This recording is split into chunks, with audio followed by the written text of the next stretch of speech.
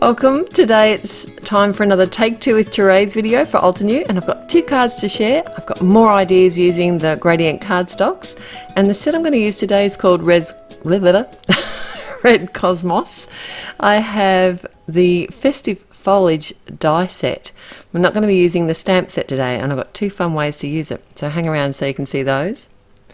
I'm going to start by just drawing an outline around the Christmas tree die, and I'm going to be making two different styles of cards today using the same products, pretty much the same products. So it's good just to share different ways of using your supplies over the whole year. So even though this is basically a Christmas set, I am going to be making one Christmas card, but the other one won't be. And you'll see what that one's going to be very soon.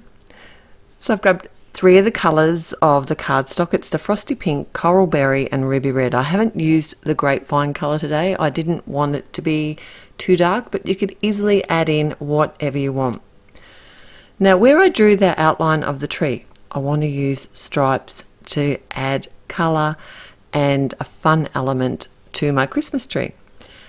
And I don't need to erase the pencil line because I'm actually going to be adhering my cardstock strips, which I've just cut down with my paper trimmer, over top. And I do want them to be wider than the tree is because this is going to be sitting behind a negative die cut, and I don't want to be able to see the scrappy edges because that's not fun for anyone to see. So these colours of cardstock, I am mixing them up. I'm not being too routine, that's not the right word, too structured.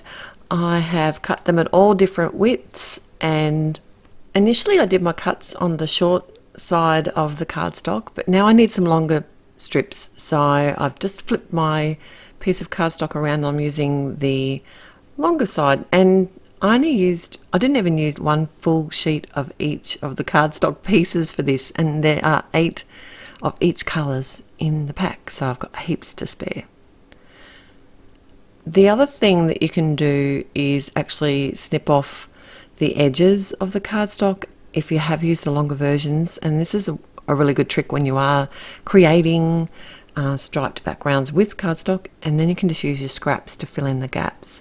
And I always use this because they're already cut and I'm not feeling like I'm wasting anything. I hate wasting stuff, especially card making stuff. So now I've got a piece of pale grey cardstock. It's cut smaller than the finished card size, and I'm going to actually die cut the tree shape from this, and I've centered it using the grid lines on my mat so that I know it's going to be nice and straight, because it's the external piece that I'm going to be using, not the actual die cut tree, because this is going to allow me to create that negative space to give the tree shape with the stripes within it. I'll just have to trim down my panel at the back so it's not going to be showing. So I used my Misty to stamp out a sentiment from the Modern Poinsettia set, and I used my Obsidian black ink, and it's a really pretty font in this set. I thought it'd be fun to add a big bow to the front of my tree, and I've got the holiday bow stamp and coordinating die set, and I wasn't really sure where I was going to go with the colours, but I thought I might as well use the Red Cosmos group of inks because I know they're going to match the stripes that I've created. So I stamped it in the Coral Berry for the background and added the Grapevine for the dark layer, and I just wanted it to be a little bit more shaded, so I just really did a small amount of simple shading with some red coordinating pencils, and also added some deeper shading with the black pencil. I know, who would have thought, come in with a black pencil on these pale colours. It's a game changer. Just don't press too heavy because you can always add more. So I put some fun foam on the back of the panel because I want the negative space to be recessed, so that by adding some dimension it gives it a bit of a fun feel. And then I can just adhere this to the front of my top fold card and also add the bow.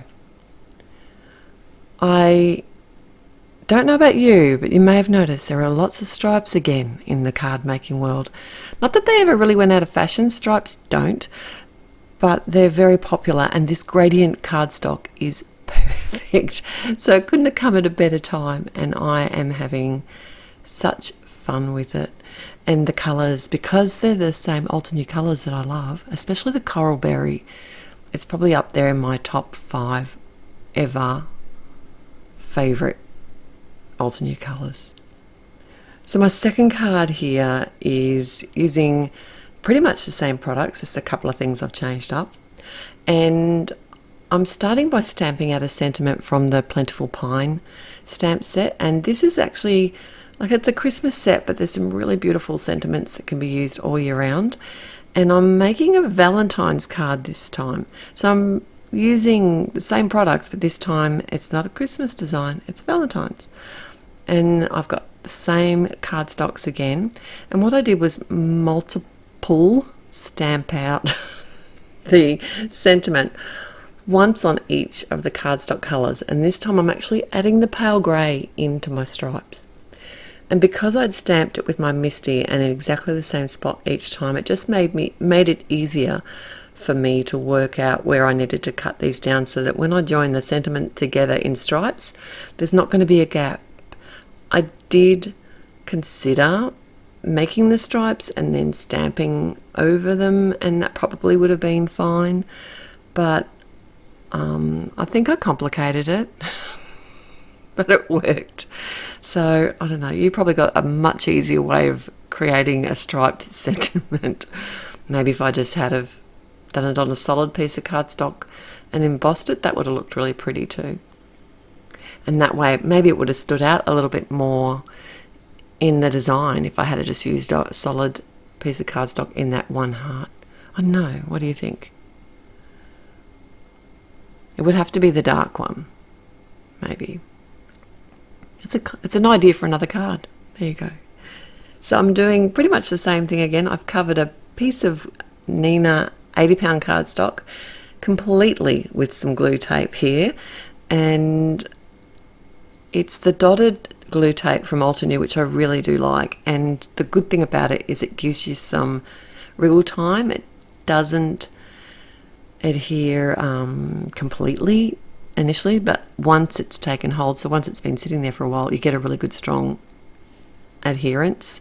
That means that you can actually lift up and re-stick if you want, and I did change up my stripes a little bit along the way. I did cut a couple that were a bit thicker, but I didn't like the look of those, so I did keep most of them quite thin.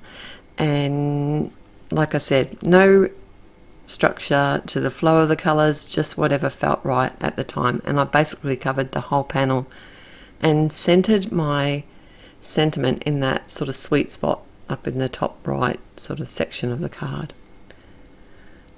So I used my scissors to cut off one edge of the card, and that way I could use my paper trimmer to actually cut away the other pieces, because I find if I use my scissors for a hole, I usually flip things over and cut things off with my scissors, but when I want this exact edge, sometimes I lose concentration and it can be a little bit wobbly. So the paper trimmer was a bit safer option for me. Right, now I've got the heart die. This is from the Festive Foliage set as well, and I've adhered it straight over the sentiment. I want to cut this piece out first, and I'm having a few issues with my low tack tapes at the moment. I've gone back to the 3M sensitive. That's not the word. It's like delicate, I think is the word. And I'm liking this one, but it didn't like me today. So I did only use small pieces, but a couple of spots I did need to sort of use an eraser, because it left, I think the tape might have had some black marks on it as well, but that seemed to work, and I only used very small pieces. The trick I used here was to die cut some copy paper of the hearts and actually scatter them over this panel, so that I knew when I placed my heart to do the actual die cuts that it was going to look or flow well over the card panel. And it's not going to be hard for me to tell which one goes where, but if you did have a very structured pattern, then you might find that you'd need to sort of label or keep them aside to remember which one goes where, because you want your patterns, well, you could mix it up, I suppose, but I wanted my patterns to look like they were lost.